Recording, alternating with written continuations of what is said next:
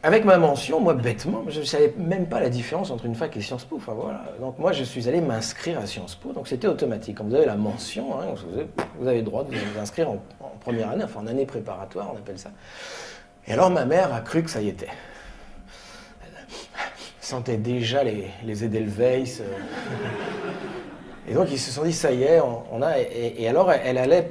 Dans mon HLM, dans ma cité, elle allait dire à tout le monde, enfin elle était ultra fière, quoi. Enfin, vous ne pouvez pas imaginer, quoi. Et alors toutes les dames, toutes les mères de famille de mes copains disaient, Madame Franck, parce qu'on s'appelle comme ça dans nos cités, on dit par le prénom de l'enfant, on dit Madame Franck, son fils est à Sciences Po. Et alors ma mère arrivait chez les commerçants, elle disait bonjour, vous avez du pain pour quelqu'un qui fait Sciences Po je voudrais un beefsteak pour un étudiant à Sciences Po, enfin bref. Donc elle en pouvait plus, quoi. Et puis alors j'ai fait un truc hyper bizarre, parce que Sciences Po c'était pour elle, enfin c'était pour eux. Et j'ai fait un truc, ne me demandez pas, parce que même aujourd'hui je ne sais pas vous dire pourquoi, mais je suis allé m'inscrire aussi en chinois. Alors je vous raconte ça en 1973. C'était hyper bizarre de s'inscrire en chinois en 73. Parce qu'on ne savait rien de la Chine, mais rien. Pompidou est le premier homme politique occidental qui est allé en 73 en Chine, d'accord? On ne savait rien. On savait juste chez les maoïstes que c'était le paradis sur Terre, c'est tout. Bon.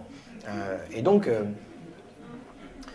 je me suis inscrit en chinois. Alors ma mère, très très surprise, elle a dit, bon, bah, c'est pas grave, tu seras ambassadeur en Chine. Bon, j'ai dit, ok, cool. Ah, c'est vrai ça, top cool. Moi j'étais dans cette illusion qu'à l'école, si vous travaillez bien, si vous avez des super notes, vous avez tout ce que vous pouvez à faire ce que vous voulez. Vous pouvez être ambassadeur en Chine, même si vous venez d'une banlieue pourrie comme la mienne, il n'y a aucun problème. Hein. Bon. Et donc je suis arrivé à Sciences Po, et là, j'ai fait l'expérience de la constante macabre. Mais cette fois-ci, j'étais plus dans le bon tiers. J'ai terminé l'année, ma meilleure note dans toutes les matières, ma meilleure note a été un 6 sur 20. J'arrivais avec des 18 de partout. Je croyais que j'étais un bon élève. Putain, 6 sur 20. Alors à Sciences Po, quand vous arrivez à Sciences Po, vous êtes réunis dans un immense amphithéâtre. Moi j'avais 17 ans 3/4. Je suis né en novembre, donc j'ai même pas encore 18 ans. Donc j'étais là avec mon blazer, ma cravate, mes cheveux tout courts, tout rasés, hein, j'étais pas du tout comme maintenant. Ma mère m'avait acheté un costume qui grattait beaucoup partout, Ted Lapidus, qu'elle avait fait faire à la belle jardinière, Bodygraph ça s'appelle. C'est du sur-mesure pour les pauvres, vous voyez. C'est une machine qui prend vos trucs et qui vous découpe le truc. Bon, et donc moi j'étais là avec mes cheveux tout rasés, ma cravate et puis mon truc qui me grattait comme ça. Et donc vous êtes dans un amphi et là on vous dit... Mesdemoiselles, messieurs, vous êtes l'élite de la nation.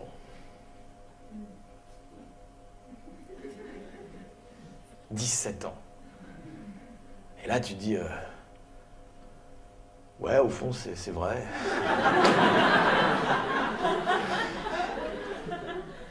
Ouais, quelque part, c'est pas faux. Enfin, je veux dire, putain, les chevilles. Oh. Alors, ils vous font toute une salade comme quoi, ici, on n'est pas en fac. Ça commence comme ça, le premier jour.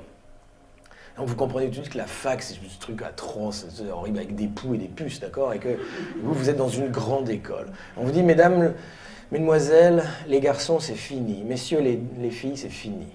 Le cinéma, c'est fini.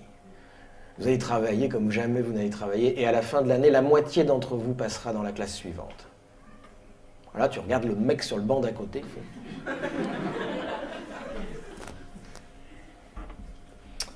Sciences Po. Et alors j'ai tout de suite compris que j'avais un problème.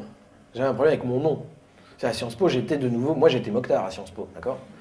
C'est-à-dire, je m'inscris le premier jour en cours de laboratoire de langue. À l'époque, je vous raconte ça, c'était en 72, on nous donnait des cartes perforées avec des cases pour mettre le nom. Donc vous mettez une lettre par case. Et une fille à côté de moi qui fait « Monsieur, quand on n'a pas la place, on fait comment ?» Alors le mec, c'était un appariteur, c'est un ancien d'Indochine, vous savez qu'on les recasse dans ces trucs-là. Alors le type, c'était un vanneur, hein, il dit « Vous vous appelez comment ?» Alors elle dit « Je m'appelle Marie-Cécile de Pouilly-Choiseul de Rochambeau-Poligny. » Il dit « Mettez Pouilly. »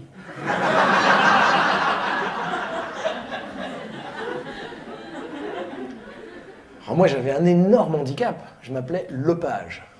L-E-P-A-G-E, 6 lettres. J'ai eu 6 de moyenne à la fin de l'année.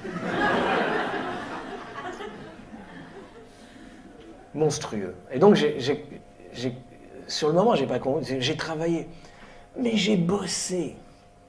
Ah, vous pouvez pas imaginer. J'ai fait des nuits entières à essayer de comprendre pourquoi, quand on baisse le taux de crédit, ça fait monter le taux d'épargne et que ça diminue le taux d'investissement dans une économie capitaliste monopolistique d'État. Putain. Et mes parents n'ont jamais cru que j'avais travaillé. Ils ont été extrêmement déçus de mon échec parce qu'ils ont trouvé que j'ai gâché mes chances. Enfin, vous voyez, j'avais pas joué cette formidable égalité des chances qu'on m'avait offert. Voilà, j'avais tout saboté. J'ai eu beau leur... J'ai tout essayé de leur dire, je vous promets que j'ai bossé, je vous assure. Et surtout, j'étais en train de comprendre que ça marche pas comme ça à Sciences Po. À Sciences Po, j'ai découvert ma classe sociale, par exemple. C'est très curieux. Un jour, il y a un type, il me croise dans un couloir. Je l'avais jamais vu de ma vie, on était 400 en première année. Hein. Le type, il me croise, puis il m'arrête comme ça, physiquement, comme ça, paf. Puis il prend la veste que ma mère m'avait achetée, là, puis il regarde la marque, puis il fait... puis il se barre.